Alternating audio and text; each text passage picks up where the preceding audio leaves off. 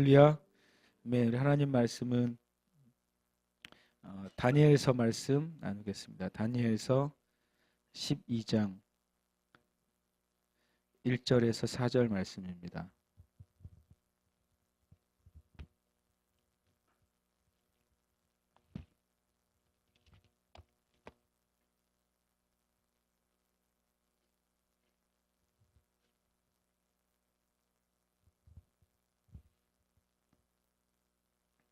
다니엘서 12장 1절에서 4절 말씀. 네, 다니엘서 12장입니다. 다니엘서 12장 있습니다. 같이 이 시간 함께 찾으셨으면 함께 읽겠습니다. 그때 내 민족을 호위하는 큰 군주 미가엘이 일어날 것이요 또 환란이 있으리니 이는 개국 이래로 그때까지 없던 환란일 것이며 그때 네 백성 중 책에 기록된 모든 자가 구원을 받을 것이라. 탕의 띠끌 가운데서 자는 자 중에서 많은 사람이 깨어나 영생을 받는 자도 있겠고 수치를 당하여서 영원히 부끄러움을 당할 자도 있을 것이며 지혜 있는 자는 궁창의 빛과 같이 빛날 것이요 많은 사람을 옳은 대로 돌아오게 한 자는 별과 같이 영원토록 빛나리라. 다니엘아, 마지막 때까지 이 말을 간수하고 이 글을 봉함하라. 많은 사람이 빨리 왕래하며 지식이 더하리라. 아멘. 제가 어제도 제 말씀을 전하면서 어제도 한두 가지 제가 그 전에 이게 그런 사실을 몰랐다가 깨닫게 됐다고 말씀을 나눴잖아요. 그 성경은 참 좋은 책이에요. 왜냐하면 나의 무지를 깨닫게 해주니까 좋은 책이에요. 제일 나쁜 책이 뭔지 아세요? 읽고 나서 그 사람을 교만하게 만드는 책이 제일 나쁜 책이에요. 무슨 책이 우리를 교만하게 할지 모르겠지만, 왜냐하면 이제 4절 같은 경우에 대한 이해가 전에는 그냥 흔히들 그냥 말하는 이해를 제가 가지고 있었어요. 그래서 의심을 안 했어요. 이게 의심이 부정적일 때도 있지만 일종의 긍정적인 의심이 있잖아요. 저 말씀이 정말 맞나? 그 믿지 못하는 의심이 아니라 저 말이 정말 그것인가라고 확인하기를 원하는 의심이요. 그게 있어야 돼요, 우리에게. 여러분도 제가 말씀을 나눠도 목사님이 하신 말씀이 진짜 맞나라고 하는 그런 정확하게 알기를 원하는 그런 마음이 있기를 축복합니다. 그거는 뭐 말씀을 신뢰하지 않는 것이 아니라 말씀을 더 바로 알기를 원하는 태도니까요. 그런데 다니엘서 4장 12장 4절에 대해서 예전에 보통 일반적으로 다니엘아 마지막 때까지 말을 간수하고 이거를 봉함하라. 많은 사람이 빨리 왕래하며 지식이 더하리라.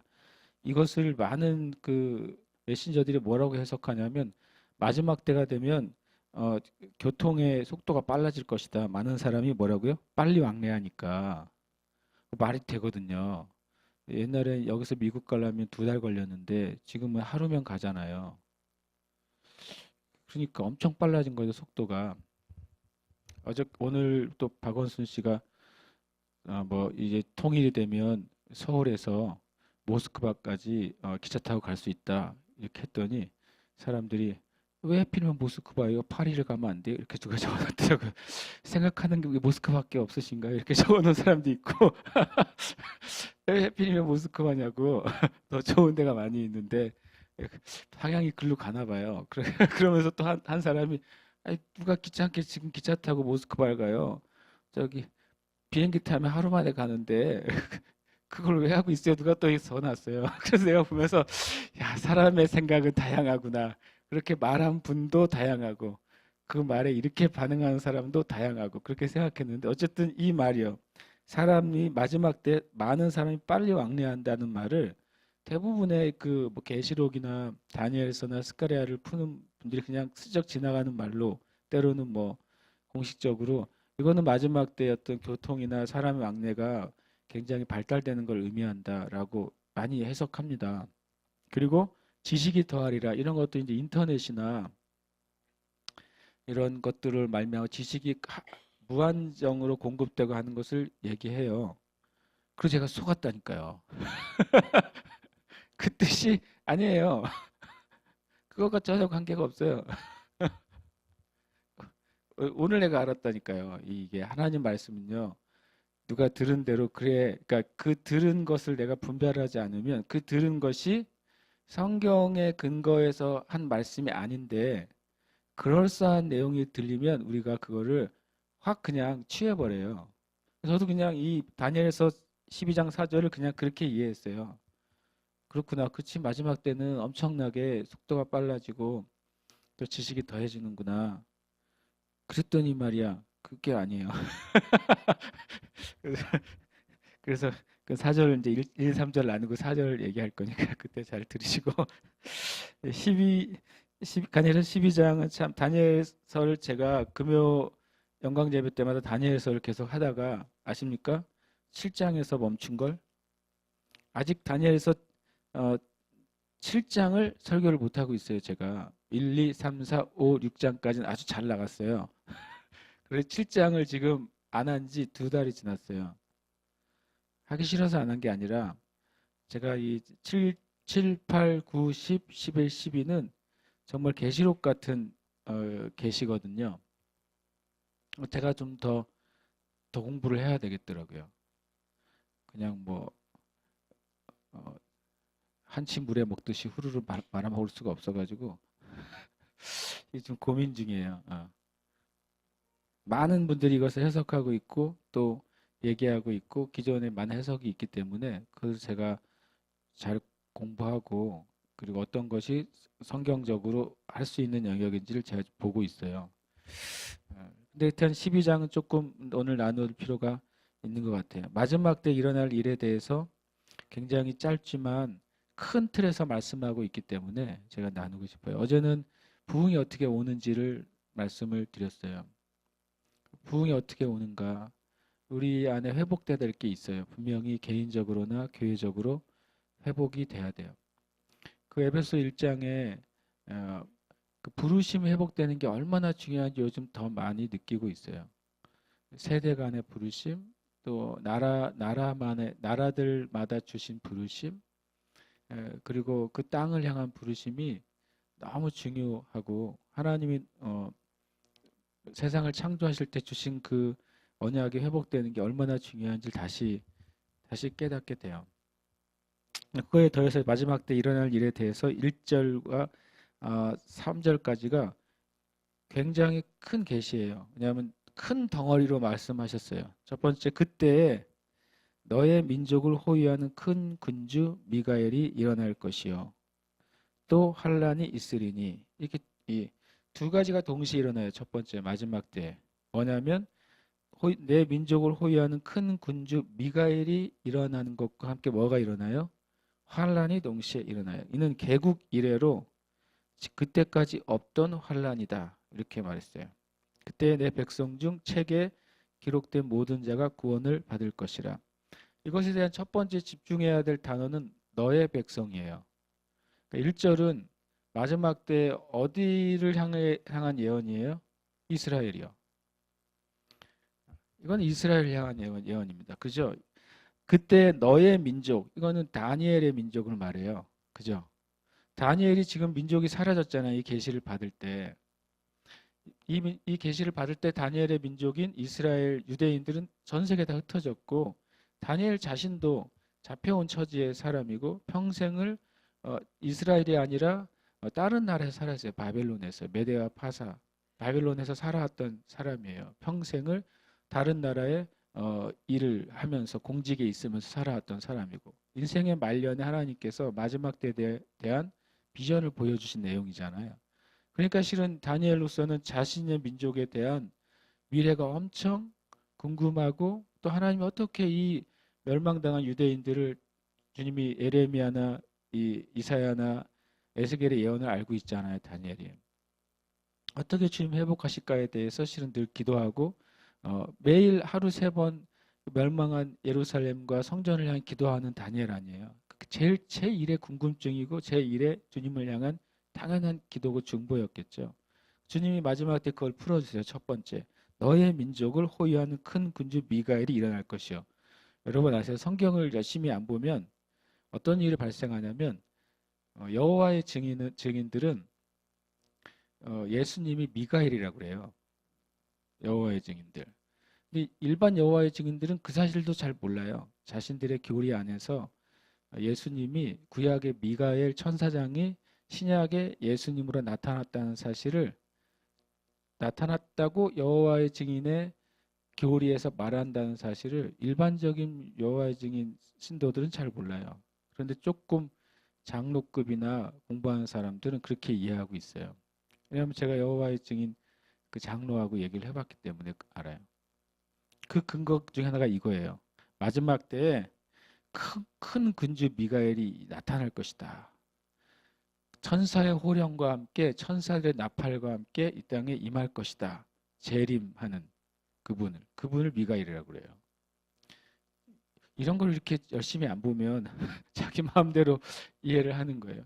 미가엘은 뭡니까? 미가엘은 우리가 아는 것처럼 하나님의 그 군대의 장관이에요.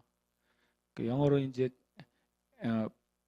엔젤스 프린스라고 그래요. 그러니까 그, 그 천사들의 군주라고요. 하나님이 천사들의 무리가 있다고 성경에 나오고 그 천사들의 리더들이 있다고 성경에 말하잖아요. 그 중에 하나님의 군대의 장관이 바로 미가엘이라고 여러 번 나오는 것을 알 수 있죠. 그 말은 뭐냐면 이스라엘을 중심으로 한 큰 전쟁이 있을 것을 얘기하는 거예요. 미가엘이 왜 일어나요? 호위하기 위해서 일어납니다. 미가엘은 언제 하나님의 사역을 하죠? 싸움이 있을 때요. 싸움이 있을 때 미가엘이 나타나요. 그렇게 봤을 때 내 민족을 호위하는 큰 군주 미가엘이 일어날 것이고 환란이 같이 일어날 거죠. 여기 뭐 관주 성경을 보면 대부분 아마겟돈 전쟁과 연결이 돼 있어요. 이 문장이요. 마지막에 일어날 전쟁, 아마겟돈 전쟁이라고 보통 말하죠. 그 전쟁과 요 다니엘서 12장 1절과 연결이 관주로 대부분 되어 있습니다. 그러니까 마지막 때 일어날 큰 전쟁, 그리고 전쟁 안에 또 뭐가 있어요? 환란이 있어요. 믿는 자들을 향한 환란이 같이 일어나는 거죠. 이 개국 이래로 이때까지 없던 환란일 것이다. 그런데 그 안에 또 보면 그때 네 백성 중이라고 또 돼 있죠. 분명히 말씀하고 있는 거예요. 너 백성 중에 책에 기록된 모든 자. 유대인들 말하죠. 유대인의 회복을 얘기해요. 유대인 가운데 예수님을 그리스도로 영접하는 그런 마지막 때 회복된 이스라엘이 일어날 것을 말씀하시는 거예요. 그러니까 1절은 성경대로 한다면 모든 민족을 향한 예언이 아니라 유대인들을 향한 예언이에요. 이스라엘 중심으로 큰 전쟁이 있을 것이고 그때 하나님의 큰 도우심과 호의가 있을 거예요. 그 안에 환란도 있을 거예요. 그러나 그 중에 큰 구원이 일어날 거예요. 마지막 때 큰 구원이죠. 마지막 때 큰 부흥이죠. 전 열방이 일어날 큰 부흥의 단초나 그것에 대한 표시가 뭐예요? 이스라엘의 회복이에요. 이스라엘의 회복은 유대인들이 예수님께 돌아오는 게 이스라엘의 회복이에요. 성경적으로는. 마지막 때 전 열방에 있을 부흥의 하나의 사인이에요. 이스라엘이 유대인들이 주님께 돌아오는 회복과 함께 열방이 주님께 돌아오는 것이 같이 간다고 성경은 말씀받고 있기 때문에 그래요. 그리고 2절은 이제는 뭐예요? 2절은 온 열방을 향한 열방과 마지막 때를 향한 예언이에요. 땅의 티끌 가운데서 자는 자 중에서 많은 사람이 깨어나. 이건 뭐예요? 둘째 부활을 얘기하죠. 첫째 부활은 예수님의 부활이었다면 첫 열매였다면 이제는 주님의 재림 때 일어날 부활이에요. 땅의 티끌 가운데 자 중에서 첫 번째는 부활의 첫 번째 부활은 뭐예요? 먼저 주님 안에서 자는 자들이 부활하고 그 다음에 온 영혼이 부활할 거라고 주님이 말씀하셨어요. 그러니까 그 부활을 얘기하는 거죠. 주님이 말씀하신 것과 이 다니엘서는 연결이 그대로 됩니다. 많은 사람이 깨어나 영생을 받을 자도 있겠고 수치를 당하여서 영원히 부끄러움을 당할 자도 있을 것이며 예수님이 부활을 얘기하실 때 부활한 다음에 영생을 받을 자가 있고 영벌에 갈 자가 있다고 말씀하셨어요. 부활 후의 심판을 얘기하는 거죠. 그러니까 영생과 영벌의 심판이 있을 것이다 라고 말했어요. 그러니까 1절은 마지막 때의 전쟁과 환란과 큰 추수에 대해서 말씀하시고 2절은 주님의 재림과 심판에 대해서 말씀하고 있어요.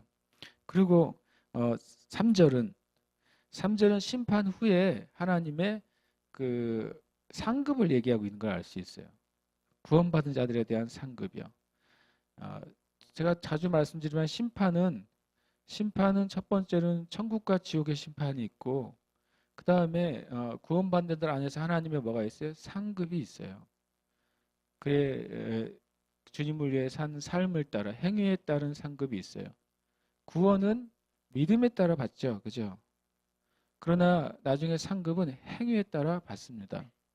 그 성경이 여러 번 나오는 진리죠. 구원이 오직 믿음에 따라 받는다는 것이 너무 너무 강하게 사람들이 박혀있기 때문에 행위는 의미가 없어라고 하는 것이 교회 안에 굉장히 암암리에 들어가 있지만 그렇지 않습니다.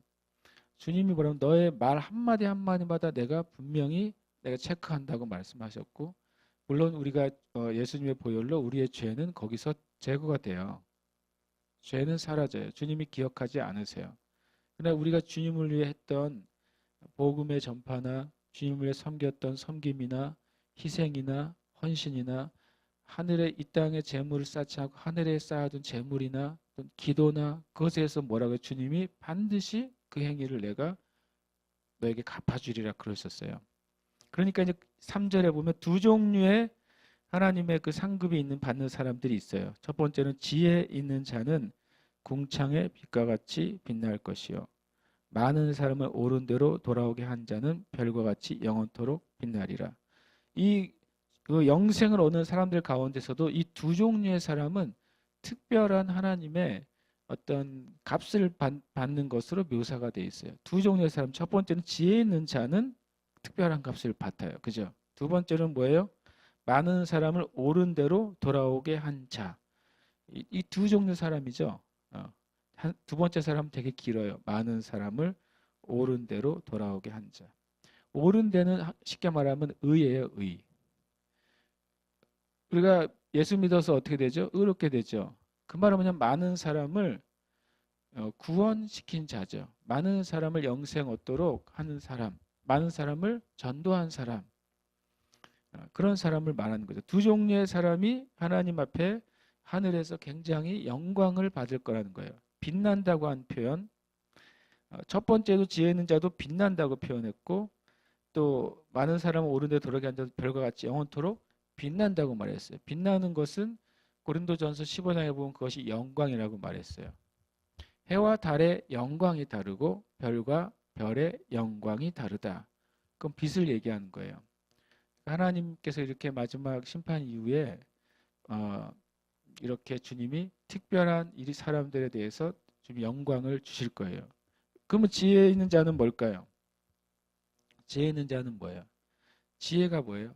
지혜가 하나님을 경외하는 것이 지혜의 근본이라고 말했어요. 지혜 있는 자는 뭐냐면 이 땅에 살아있는 동안에 하나님의 지혜를 가지고 분별한 삶을 사는 사람이에요. 진리가 무엇인지, 거짓이 무엇인지, 어둠이 무엇인지, 빛이 무엇인지, 하나님 뜻이 무엇인지를 분별해서 하나님을 경외하는 온전한 삶을 살아가는 사람들, 주님께 순종하는 사람들, 그런 사람들이 지혜 있는 자들이에요. 이 세대를 분별해서 악에 물들지 않고 타협하지 않고 하나님 앞에 순종하는 사람들.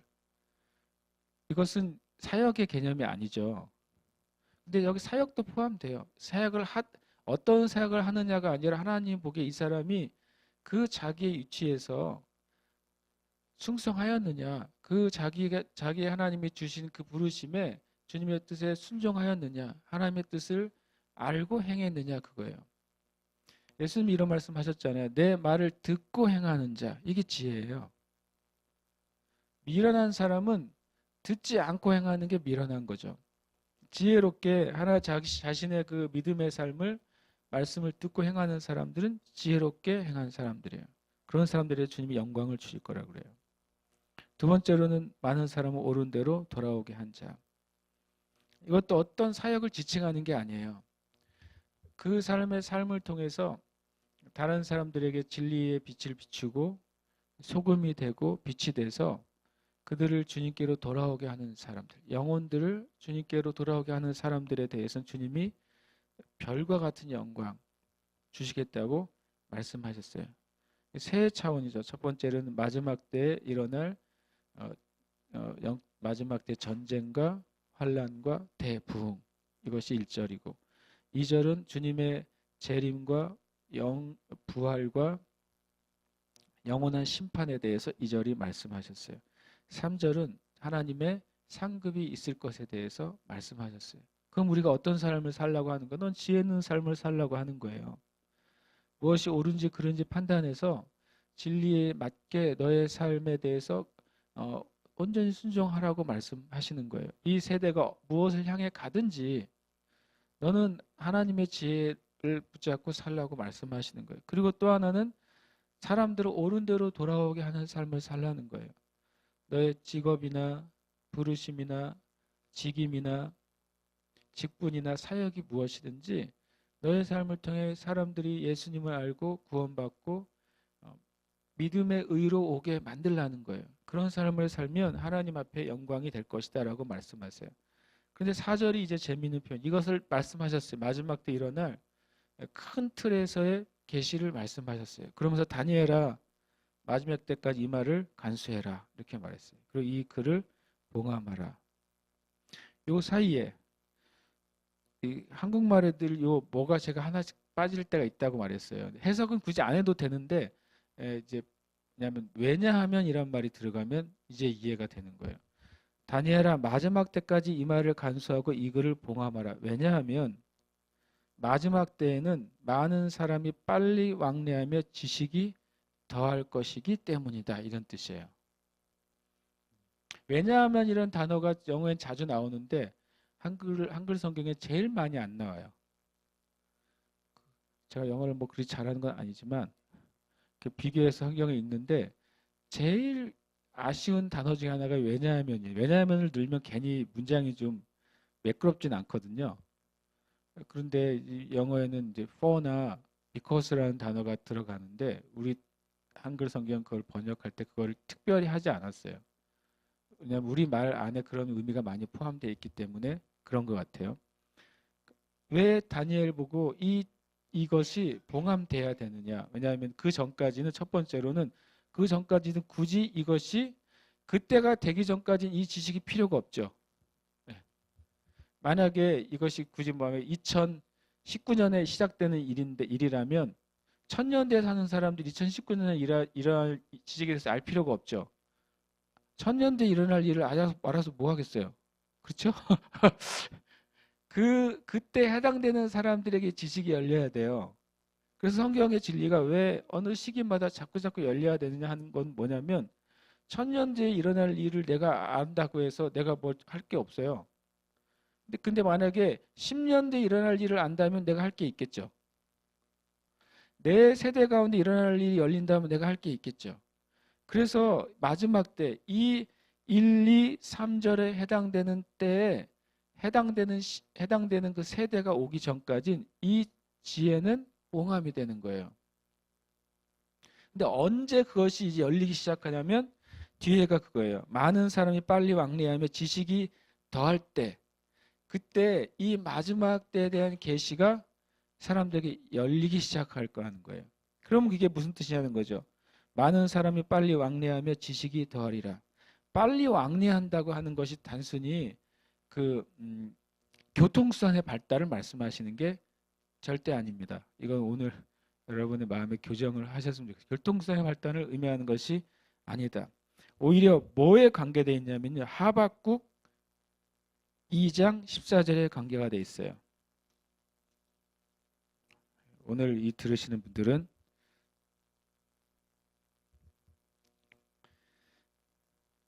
아모스부터 보겠습니다. 아모스, 죄송합니다. 아모스, 요나, 미가니까 아모스 8장 12절. 마른 산에 빨리 왕래한다는 게 무슨 말인가? 교통 아니라고 말했어요. 아모스 9장 11, 12절 읽겠습니다. 시작. 주 여호와의 말씀이니라. 보라, 날이 이를지라. 일단 찾으셨습니까? 아모스 8장 11절 12절. 8장 11절 12절입니다. 읽겠습니다. 시작. 주 여호와의 말씀이니라. 보라, 날이 이를지라. 내가 기근을 땅에 보내리니 양식이 없어 주림이 아니며 물이 없어 가람이 아니요 여호와의 말씀을 듣지 못한 기갈이라. 사람이 이 바다에서 저 바다까지 북쪽에서 동쪽까지 비틀거리리며 그 여호와의 말씀을 구하려고 돌아다녀도 얻지 못하리니. 아멘. 이제 다른 차원의 단어란 걸 이해가 되시죠? 사람들이 마지막 때 빨리 왕래한다는 게 뭐냐면 진정한 하나님의 계시가 필요한데, 하나님이 무슨 일을 할지에 대한 하나님의 뜻이 필요한데 그것이 없는 거예요, 사람들 안에. 그래서 그것을 찾기 위해서 온 천지를 다니는 거예요. 빨리 왕래하며라고 하는 원래의 뜻은 뭐냐면 사람들이 앞뒤로 달리며 이렇게 돼 있어요. 빨리라는 단어가 없어요. 빨리는 fast잖아요. 그런 단어가 아니라 run 해가지고 run, to and fro 해서 앞뒤로 왔다 갔다 우왕좌왕 할 거라는 뜻이에요. 사람들이 마지막 때 우왕좌왕하면서 여기에 그 진리가 있나? 저기에 그 진리가 있나? 여기에 하나님의 뜻이 있나? 저기에 하나님의 뜻이 있나? 사람들이 굉장히 그 진리와 하나님의 뜻에 대한 갈증이 막 증가하게 될 거라는 거예요. 마지막 때. 왜요? 봉함이 돼 있으니까.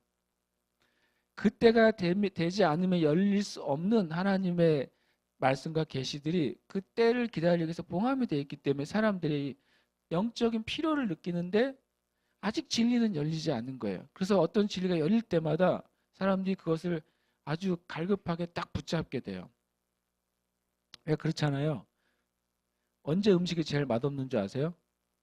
배부를 때. 맞습니다. 언제 음식이 제일 맛있습니까? 배고플 때요. 하나님이 우리의 연약함을 아시는 것이 이 성경 말씀은 다 진리거든요. 근데 우리가 이 말씀이 왜 맛이 없는 줄 아세요? 우리 안에 영적 갈증이 없어서 그래요. 영적 갈증이 생기는 순간 사람들은 이 성경을 읽으면서 엄청 달다고 말을 하기 시작해요. 그래서 이 아모스 9장 12절처럼 이 첫 번째 의미는 다시 다니엘서 12장 4절에 보면 많은 사람이 빨리 왕래할 것이다. 그리고 그러면서 지식이 더해질 것이다. 이 지식은 뭐에 대한 지식이냐면 일반 인터넷에 흘러다니는 지식이 아니라 하나님에 대한 지식이에요. 이게요. 하나님에 대한 지식에 대한 말씀이 이사야 11장 9절에 먼저 나와 있어요. 이사야 11장 9절입니다.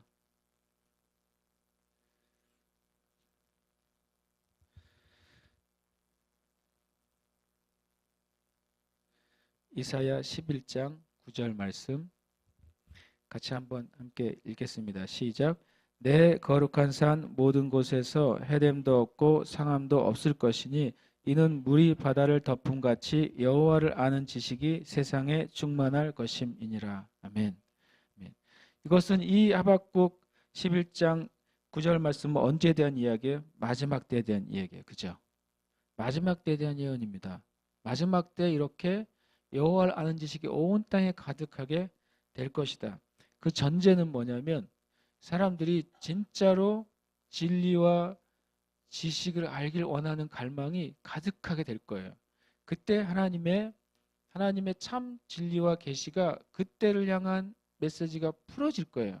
그러면 사람들이 그것을 한꺼번에 다 어떻게 해요? 확 그것을 취하는 거죠. 그래서 그 말씀에 대한 지식이 아주 짧은 시간 안에 하나님의 지식이 열방에 풀어지게 될 것입니다.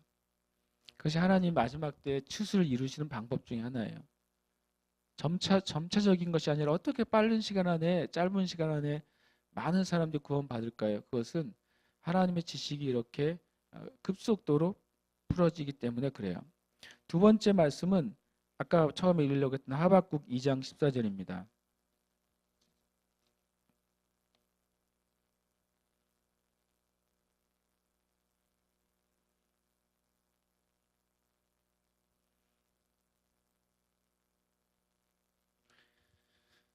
하박국 2장 14절 함께 읽겠습니다. 이는 물이 바다를 덮은 같이 여호와의 영광을 인정하는 것이 세상에 가득함이니라. 아멘. 하나님에 대한 지식은 하나님에 대한 영광으로 연결이 돼요. 또 하나님에 대한 영광은 영혼들이 구원받는 것과 또 연결이 돼요. 이것을 통해서 주님이 이 다니엘서의 말씀들은 지금도 풀어지고 있고, 또 하나님 마지막 때에 대한 주님의 남겨놓으신 말씀들은 주님의 때에 계속 하나님의 메신저를 통해서 열릴 거예요. 계속 열려왔어요. 그리고 열릴 때마다 이 땅의 교회가 어떻게 됐습니까? 일종의 업그레이드가 됐어요. 하나님의 어떤 지식이 딱 열릴 때마다 교회가 완전히 다른 차원으로 바뀌었습니다. 종교개혁도 마찬가지잖아요. 1000년 이상이나 성직자와 성도, 이런 교회가 계급 사회로 되어 있을 때 1000년 동안 그런 것 가운데 사람들이 신음하고 있었습니다. 영적으로. 그때 마틴 루터나 종교개혁자들을 통해서 그렇지 않다, 하나님은 모든 사람을 영적 제사장으로 부르셨다고 하는 놀라운 메시지가 열린 거예요. 그러니까 교회가 완전히 다른 차원으로 상승이 일어났어요. 그런 식으로 계속 하나님께서 이런 성경의 진리들을 주님의 그 시즌에 맞춰서 열어주시는 거죠. 지금 마지막 때에도 열려야 될 여러 가지 진리가 있다고 저는 믿어요. 그러면서 지식이 계속 더해져요. 더해지면 나중에 위대하게 된다고 표현이 되어 있어요. 원어에는요. 이것이 더해지고 더해져서 하나님을 향한 지식이 더해 나중에 엄청 위대하게 될 것이다. 왜냐하면 그렇게 될 때 우리가 자주 얘기하는 대부흥과 마지막 추수가 폭발적으로 일어나게 될 거예요. 기도하십시다. 우리가 기도할 때 어찌 보면 여러분과 저는 마지막 때 일어날 일을 아는 거예요. 어떤 일이 일어나요? 마지막 때에 큰 영적 전쟁이 있어요. 마지막 때 환란도 동시에 있어요. 그런데 하나님의 천사들에 의한 큰 보호가 있어요. 그리고 큰 구원이 있어요. 큰 영적인 추수가 있어요. 그리고 성경의 말씀대로 주님의 재림과 심판이 성취됩니다. 그리고 하나님께서 주님을 위해서 헌신하고 믿음을 지키고 살았던 하나님의 백성들에 대해서 창세 이후로 지금까지 하나님의 백성들에서 뭐 하십니까? 그 눈에서 눈물을 닦아주신다는 거예요. 저는 그 계시록의 말씀들이 참 너무 감사해요. 내가 너의 눈물을 닦아주리라. 너에게 더 이상 죽음과 질병이 없을 것이다. 이렇게 말씀하시는 것을 볼 때 참 너무나도 감사하죠. 우리가 이 시간 우리는 이미 알고 있는 거죠. 알고 보고 있잖아요. 그러면 그 안에서 우리가 행해야 될 줄 믿습니다. 시간 우리 가운데 기도할 때 하나님 우리 안에 진리를 향한 갈망이 더 가득하게 해주시옵소서. 내 안에 하나님을 향해 알고 싶어하는 갈망이 더 가득하게 해주시옵소서. 내 안에 내 자신이 아니라 하나님 나라를 위한다는 것이, 너희는 먼저 그의 나라와 그의 의를 구하라고 말씀하셨는데 하나님의 나라를 구하는 삶이 뭔지 주님 알게 해주시고, 하나님의 의를 구하는 삶이 무엇인지 주님 제가 정말 알고 그렇게 살아가는 자가 되게 하여 주시옵소서. 우리가 이 부분 가지고 먼저 주님께 기도하겠습니다. 아버지 하나님, 주님께 감사와 찬양을 올려드립니다. 하나님, 주님께 감사와 찬양을 올려드립니다. 오 주님,